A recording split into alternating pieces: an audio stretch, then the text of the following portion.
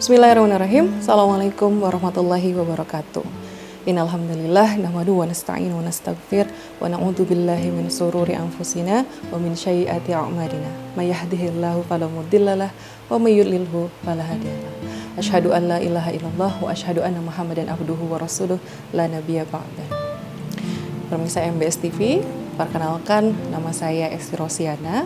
Saya mewakili tim konseling Atanwir PPM MBS Yogyakarta akan memaparkan beberapa hal berkaitan dengan konseling Atanwir di PPM MBS Yogyakarta.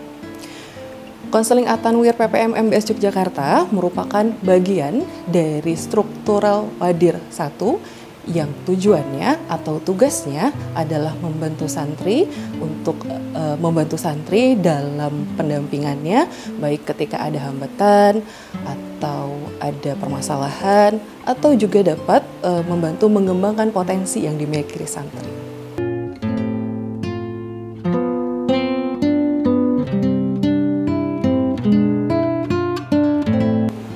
Pada dasarnya, konseling Atanwir tidak memiliki perbedaan yang terlalu signifikan dengan bimbingan konseling di sekolah lain. Akan tetapi, di PPM MBS Yogyakarta, kami di bagian konseling Atanwir lebih banyak berfokus pada pendampingan santri atau pelayanan santri dalam bentuk bimbingan dan konseling. Sementara BK di sekolah lain mungkin akan mengampu beberapa hal berkaitan dengan studi lanjut. Untuk khusus di PPM MBS Yogyakarta, tema atau pengampu studi lanjut itu ada bagian tersendiri yang khusus menangani studi lanjut santri baik SMP maupun terutama santri yang SMA, baik untuk ke dalam negeri, Timur Tengah maupun yang di luar negeri.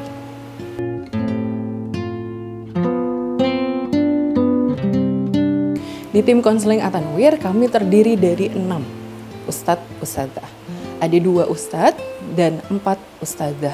Masing-masing kami bertanggung jawab terhadap masing-masing angkatan.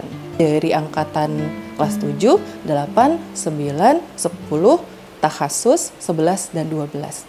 Kami membagi menjadi 6 masing-masing.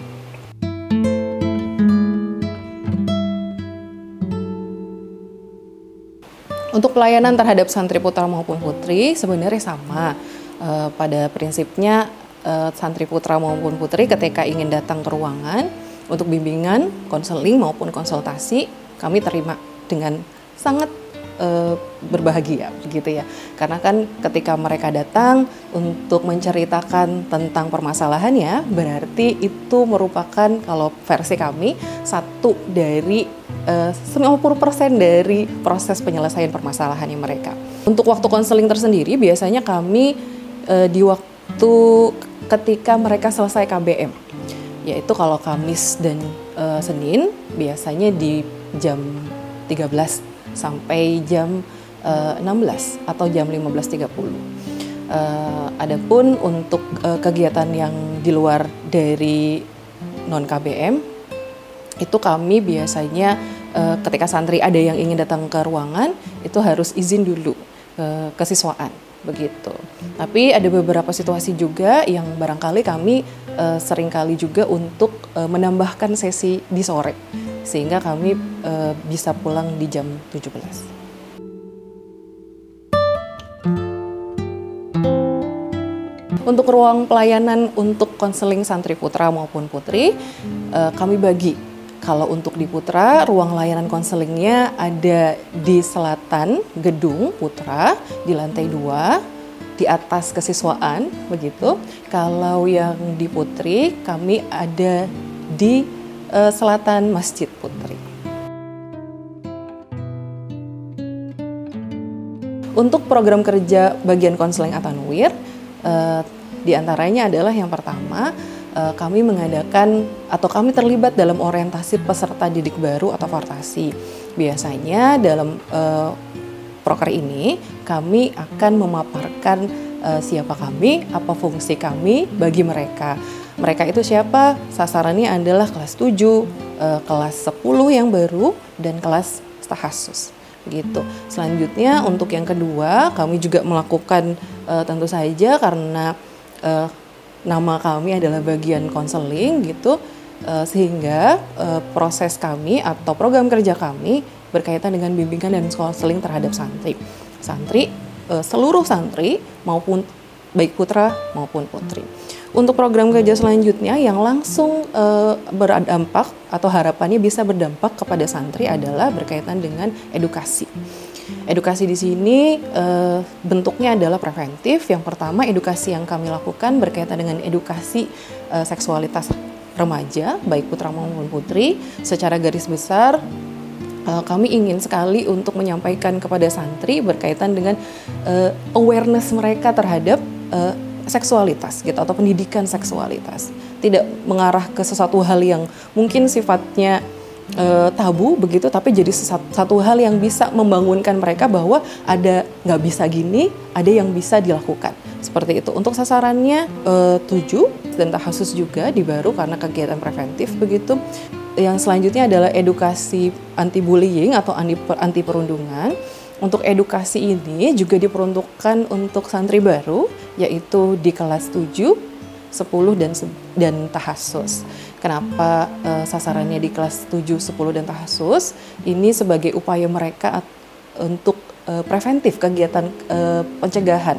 Setidaknya ketika mereka sudah diedukasi, mereka akan tahu caranya bagaimana untuk mengantisipasi atau untuk menghadapi situasi yang tidak nyaman, mungkin berhubungan dengan perundungan tadi.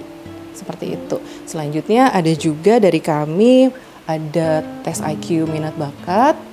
Itu biasanya kami lakukan untuk memetakan potensi santri dan juga memetakan studi lanjutnya santri, begitu. Selanjutnya kalau kegiatan yang berhubungan dengan santri secara langsung, kami juga melakukan talent mapping.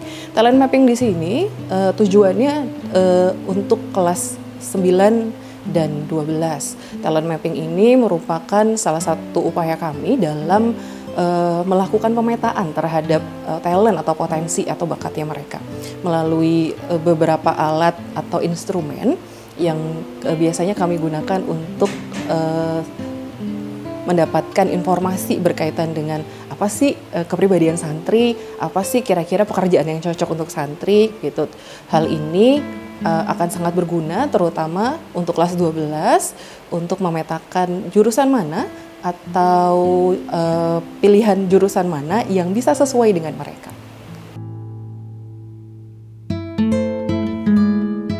Permasalahan yang dicurhatkan oleh santri banyak sekali ya. Tapi secara umum ya berkaitan dengan pribadi biasanya, kemudian berkaitan dengan sosial, berkaitan dengan adaptasi mereka dengan teman atau dengan lingkungan, juga berkaitan dengan organisasi, berkaitan dengan pendidikannya mereka atau bagaimana mereka harus menghadapi satu challenge atau tantangan ketika mereka belajar di sekolah atau di kelas gitu.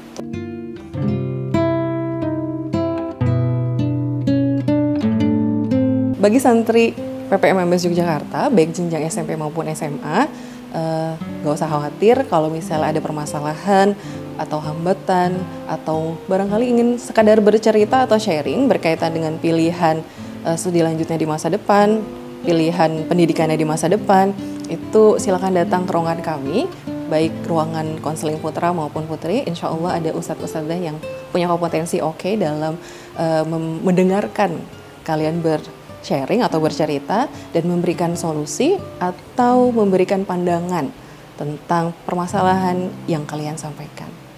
Begitu, kurang lebihnya mohon maaf. Semoga apa yang kemudian tadi disampaikan ada sesuatu hal yang bisa diambil kemanfaatannya.